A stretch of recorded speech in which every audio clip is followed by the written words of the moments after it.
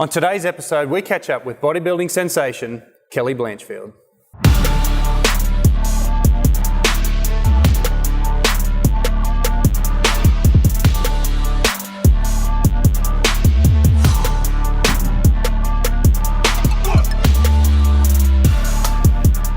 Hi guys, Shane Scott here, and this week I'm catching up with Kelli Blanchfield and having a chat to her about her journey from, starting out in Rocky and becoming a mum and having a career to now being an Australian and Australasian bodybuilding champion.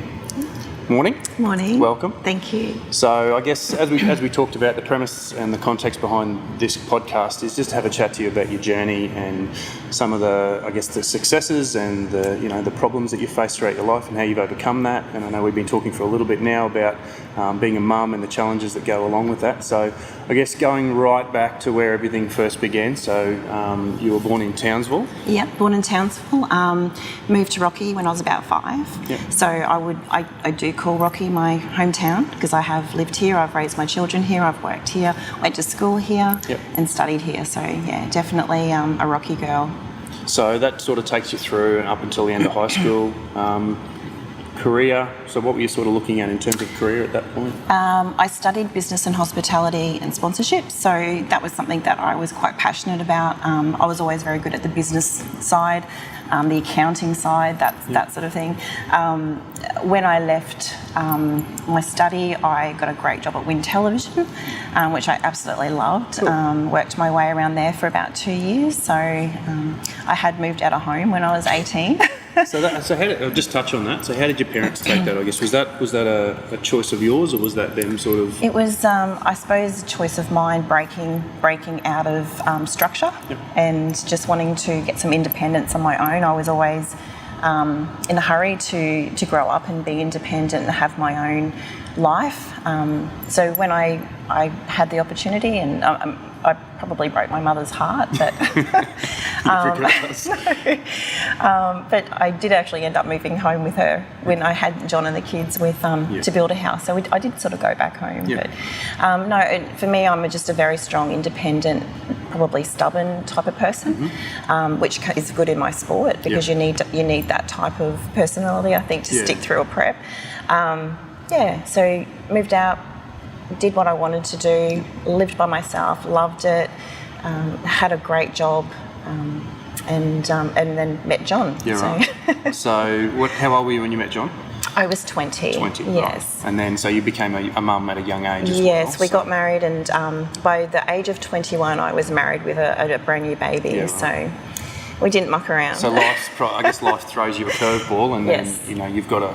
So did you, I guess, in terms of prioritising things at that point, what became the priority for you? For me, I had to learn very quickly how to be a mum because I wasn't quite ready for that. My career had to be put aside because John was an apprentice cabinet maker. Yeah. So I think he was second year. So it was very important for him to finish his apprenticeship so he could progress. So it meant that I was the primary caretaker at home of a brand new baby. So my career got put on hold. I tried to go back to work part-time, but it was a full-time role. So I was basically a mum at home. Yeah. Yeah. So at what point then does, I guess, fitness come into being part of your journey? I always looked after myself. I always walked every morning with Shay, so I always tried to stay active. As I progressed we had another child, I found it harder and harder to get out and get to the gym because they both dance. So again, I'd work all day, full-time role. I'd pick them up from school, I'd take them to their dance classes, I'd go home, cook dinner, make sure they had all their homework done, and then I'd be exhausted and passed out myself. So there just wasn't any time for me back then when the kids were smaller. And John had a role where he wasn't often actually at home. He travelled quite a lot with that.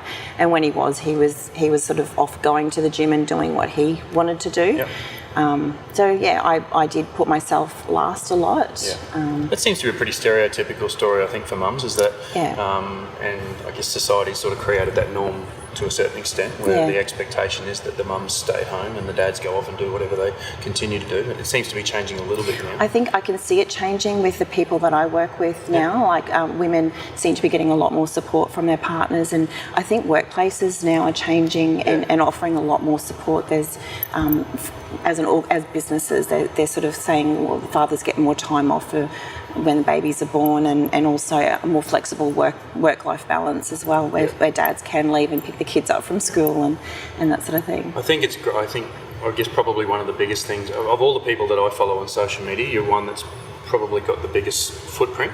And I think it's seeing role models like you as well in that social media space where everyone's attention is these days. Yes. I think seeing those examples helps to drive that little bit of a cultural change as well, where other women can see that, that lady can do it. And I think sometimes it almost seems to some people that that's not possible, and that's a mindset thing. So I guess in terms of it becoming possible for you and you having the mindset that you can now do this, was there something that happened along the journey that sort of created that? Yeah, I think I just was happy to plod along in life and be a mum and just work. And I got to a stage where I did lose my dad, which was a very tough time because I didn't get to grieve myself for him. I was too busy being there for my mum, for my sisters, and still maintaining what I was trying to create, which is a normal life for the kids without them being too impacted. And that was a mistake. Looking back now, I should have taken the time and grieved properly. But the doctor at the time put me on antidepressants as a band-aid solution, which made the situation worse for me. So I sort of felt myself spiralling downward, emotionally and mentally, and also physically. I put weight on. I was so unhappy with myself and with my life, and really someone looking in, they'd go, why is she unhappy? She's got a beautiful house. We just built a house. She's got a wonderful husband, 2 beautiful girls. She should be so happy. But I wasn't. A turning point for me was I just remember looking in the mirror one morning and I didn't recognise myself anymore, and I felt like there was no Kelli left there.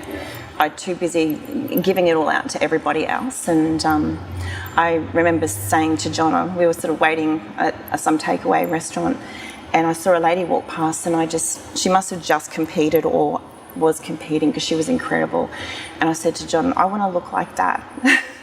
And that really, that was what I wanted. And that was a really big turning point, because the next day I went to the gym with him, and that was 9 years ago, and I've never looked back. So I just kept setting myself little goals, training for Tough Mudder, doing a 10K run.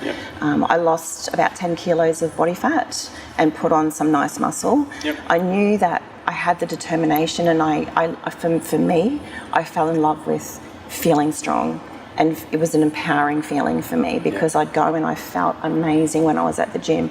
I was off antidepressants, I looked good, I felt good, I ate well, I was happy. I did a Maxine's challenge about 4 years ago.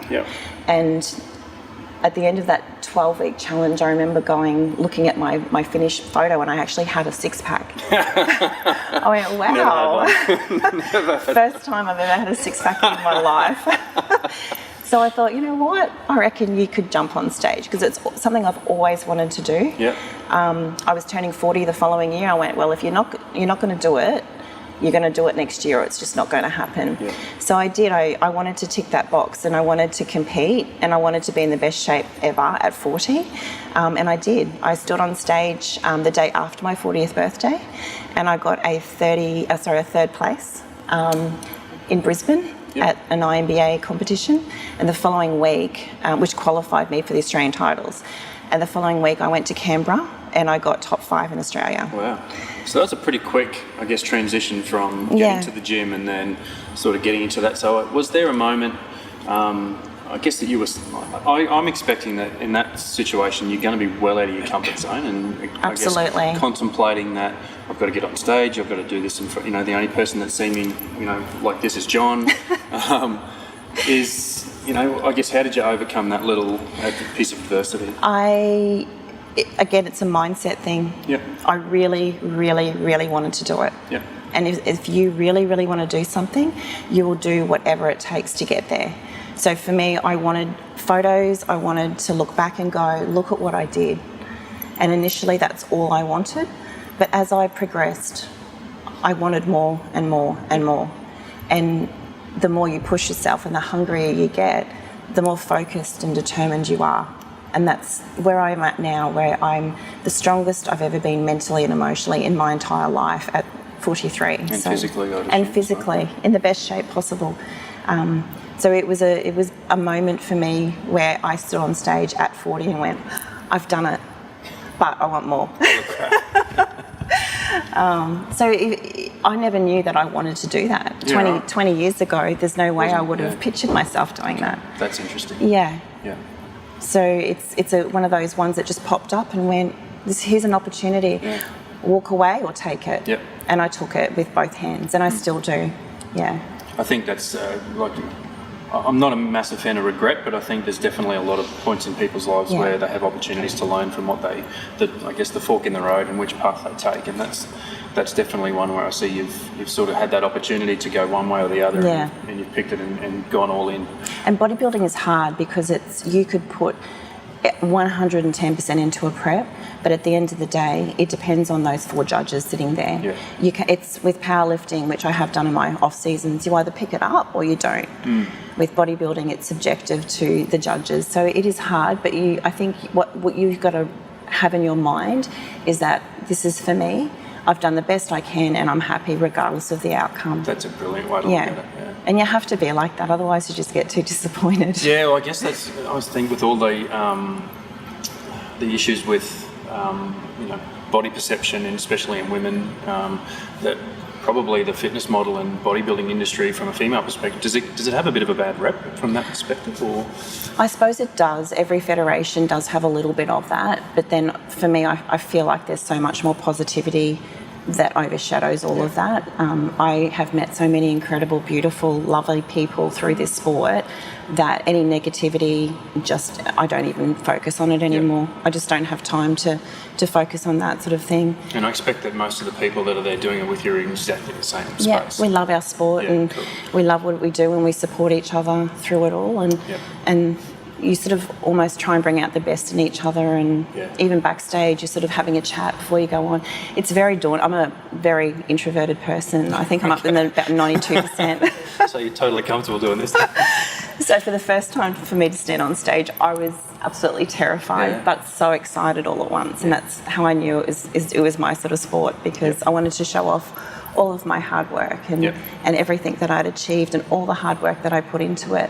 I didn't care where I came. I just wanted a chance, 2 minutes. Share it with people who are doing the same thing. Okay, so that's so fitness modelling, sort of led you then into. So what made you decide that you were going to transition out of fitness modelling and into bodybuilding? I think I was always quite happy being a fitness model or a sports model, but the president of NABA, last time I competed in 2017, Oscar said to me, I want you to come back in 2018 and compete. He said, I want you to come back as a figure competitor. He said, your muscle maturity's developed now to the point where I think you'd be a really good figure competitor, which is really the next step up. And with women, it does take us a long time to build muscle maturity and muscle thickness. So that was a massive out of my comfort zone for me, because it's a whole different category. It's different posing. We had to do a solo routine for 60 seconds, a different bikini, just leaner. They like to sort of get you down to about 6% body fat for that. So I was quite happy to step up and do that challenge, because I'd done the preps for the fitness modelling and sports, but I wanted to push myself again and do something completely different. And I loved every minute of it. It was a little bit scary. Am I going to be lean enough? What am I going to look like? That I did step on stage for the first time as a figure competitor last May at NABA WFF. And I won my 2 categories, and then I stood on stage with all of the winners, and I got overall. So I got Miss Southern Hemisphere figure. So that was completely not expected. But probably weren't the most popular girl in the room either after coming into it. I guess being in it for a year. And then coming. I think the judges just liked what they saw, and I always go on stage with a lovely big smile, and it's not fake for me, because I actually am genuinely so happy to be up there and so excited to show off the hard work, and I think that shines through. They just go, look, she's having so much fun up there. I think what I've probably, I mean, we've been talking for say 15 minutes now, but every time there's been, I guess, a turning point in your life and you've chosen a direction to go, there's been 100% commitment. Yeah, it has to be that way. Yeah. And what I do, women out there don't have to compete, but for me personally, the only way that I could commit to something and put 100% into it was getting the right advice and getting a coach and being accountable to someone. So I've had a coach for 4 years and different coaches, and that's the way I get to stage. But for a mum who doesn't know what to do or take that first step into making better choices nutrition-wise or at the gym, there's so many great online coaches that you can just, that's the help, I think, that you've actually got to reach out and make that first step. And is that paid? Like, is there paid coaching, or is there enough free stuff out there for people to get? There's a lot started? of information out there that's free. But if you want to be accountable for someone, there's a lot of online coaches that are cheap. Yeah, right. Yeah. My coach isn't on the cheap scale, but that's because it's a prep coach. So a prep is going to cost you a lot more because there's a lot more required from that coach. But there's a lot of information out there. And they're specialists in their field too. Yeah, absolutely. So I guess leading into a comp, how many coaches, or support people are around you in different disciplines? So I guess a lot of the athletes that I'm working with, I'm starting to talk to them about, having the right mindset and the nutrition and the strength and conditioning, and then, what other things are they putting into their life, like meditation or any relaxation techniques and things like that. So what, when you're leading into comp, how many people is you surrounding yourself, or what disciplines are they involved in? Well, I've got my coach who does my nutrition and my training, and he's also, we talk a lot. So if I'm emotionally upset or not mentally not in a good place, he's the first person that I talk to about it, and he'll sort of give me some advice back. But I also have a psychologist who is in his past has done mind coaching for athletes, for high-level athletes. So I actually see him leading into a comp every couple of weeks, and I saw him last year going into last year's event, and it just helped so much incredibly with confidence, and also just with simple triggers as to what they're looking for. A lot of it you already know, but to have someone go, they want you to look at them. They want this and they want that, and also just to help build that strength up mentally as well. So I'm assuming that then when you went to Singapore, that I guess was a challenge again, and I guess that introverted personality sort of wonders, especially after being in it for just 12 months or so, that how did I get here so quickly, and do I belong? Did you have those sort of? I did, because it was a very short turnaround period, so it was about 3 weeks from when I won and to fly off to Singapore, and of course there was a lot to organise. In my mind, I kept saying to myself, you are so incredibly lucky to get this opportunity to compete at an international level and be on stage with this level of athlete. So I was just happy to stand on stage. I actually had no expectations to win a medal or even get a place. So like I said, I always go into a competition like that, because then there's no disappointment, and you're actually grateful and showing gratitude to yourself for everything you've done for yourself. It's about you. That's brilliant. I think just the expectation setting, and then having the gratitude just to be there in the first place. And the people that I travelled over to Singapore with, there was a little group of us, and it was just so supportive. And so wonderful to be over there with these supportive community. So, no, it was a lot of fun. We had a lot of fun. And then you also finished third, so I guess that's sort of icing on the cake. Absolutely. Because when I looked up and down the line before we went on stage, I went, I'm not placing today. Incredible level of athletes, and the Korean lady that actually won, they gave her pro card right then and there, and she went on stage a couple of categories later with all the pro lineup and got second. So she was absolutely incredible. It blew me away. So is that the next stage for you? Is getting to the pro, I guess, into a pro space? Is that what you're aiming for next, or what comes up? That would be lovely. That would be probably the icing on the cake for me, is to finish my career with a pro card. But it's not the be all and end all for me, because I compete. Whenever I feel like I'm not enjoying myself prepping or competing, I'll stop, because then you're just forcing something that's not there. So how's the family now? I guess that you've sort of got to the pinnacle, to close to the pinnacle anyway, or quite close to the top, in terms of your fitness career. I'm assuming in the early days that family struggles and the perception of being a mum and balancing it with that was quite difficult. How are they now with looking back on that journey, and are they a little bit more accepting, or how's that changed? I think that both my daughters are very proud. Whether they know the full extent of the level of the way I've impacted their lives, I don't know, but I feel like I've impacted their lives and been a really good role model, a strong role model. We like to think that we've raised really strong, confident women with our daughters now that they're adults. Yep. And I can say that they definitely are. Cool. Very, very determined and stubborn, like me. But initially it was really hard. It was tough. Yeah. They sort of felt like I was almost not giving them the attention that they wanted. Yeah. But now they have their own lives, and they are very, very proud of me, and I think proud that I'm their mum and of what I've achieved at my age. I think at that age too, it's hard to it's when you're immature. I guess I'll say that it is hard to understand the sacrifices that adults make sometimes. Yeah, absolutely. And as you do mature and get to that point where you look back, and I think that's where a lot of kids who are, I guess, come from parents in an environment at home where the parents are successful and they've showed them that you need to make sacrifice and have discipline to achieve that. Those kids often go on to the same results themselves, so it's Absolutely. a great example to set. And it's about being a role model for them.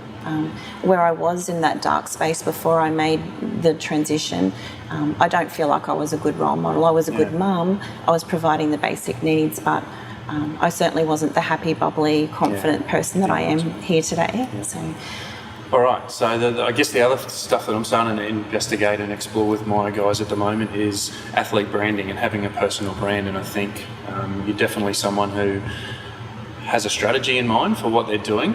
So how was that something that you consciously made an effort to, there was another fork in the road where you go, right, I'm now going to develop my personal brand and have opportunities to monetize it. So how did that all come about? I was quite lucky actually, because back then it was Mass Nutrition was here, and they jumped straight on board and supported me, which is now Nutrition Co. But when you've got a couple of really good brands behind you, it's a lot easier to be more visible on social media as well, because you're actually telling a story, or you're giving people good advice on supplements and things that you use yourself. Whereas before that, you're really just going, this is me at the gym, this is me eating my food, So it just creates more layers of who you are, and people identify genuine people. Like businesses and brands want genuine, nice people, and like even just Stop It, I Like It, the tights that I wear, they approached me because they knew that I was already wearing all their pants, and because it's about being loyal to certain people and not taking the next best thing that comes along because it's bigger and better. I'm quite a loyal person when it comes to that sort of thing. But building my name has basically come through Instagram and social media. In 2016, I applied for the Oxygen magazine cover girl competition. And I got top 8 finalist, and that certainly pushed my brand even further. And so featured in the magazine, 2-page spread, went to the Gold Coast, had an awesome photo shoot with Dallas and Lindy Olsen, and another amazing opportunity that I say to people, if you don't put your hat in the ring, you don't know what's going to happen. So I think there was over 600 people that applied for that. Like if I didn't submit it, I wouldn't have had a chance. So, you never go, you never know. So I'm sort of that sort of believer is if you don't try, then you won't ever know. And I don't want to get to the end of my life and have regrets. Are you testing any other platforms at the moment in terms of how that social media profile might evolve over time? Or? I am, We're just, it's very hard because I do have a full-time corporate role as well. Right. That is very demanding and busy. But so while I've got that, I do struggle for time, but you never know. One day, I think one day down the track, I'd really like to help other women find their dreams to stage and do some coaching when I stop competing. So that'd be cool. Something that I do like helping other people. I think as we touched on before, once you choose something, you go all in. So I think that'll definitely be a success. Yeah. Wish you all the luck. Thanks for coming in today. It was Thank great to catch you. up with you. It was great to meet you in person. Yeah, you too. I wish you all the luck. Thank you. Thanks Thanks very Shane. much. Thanks. Cheers.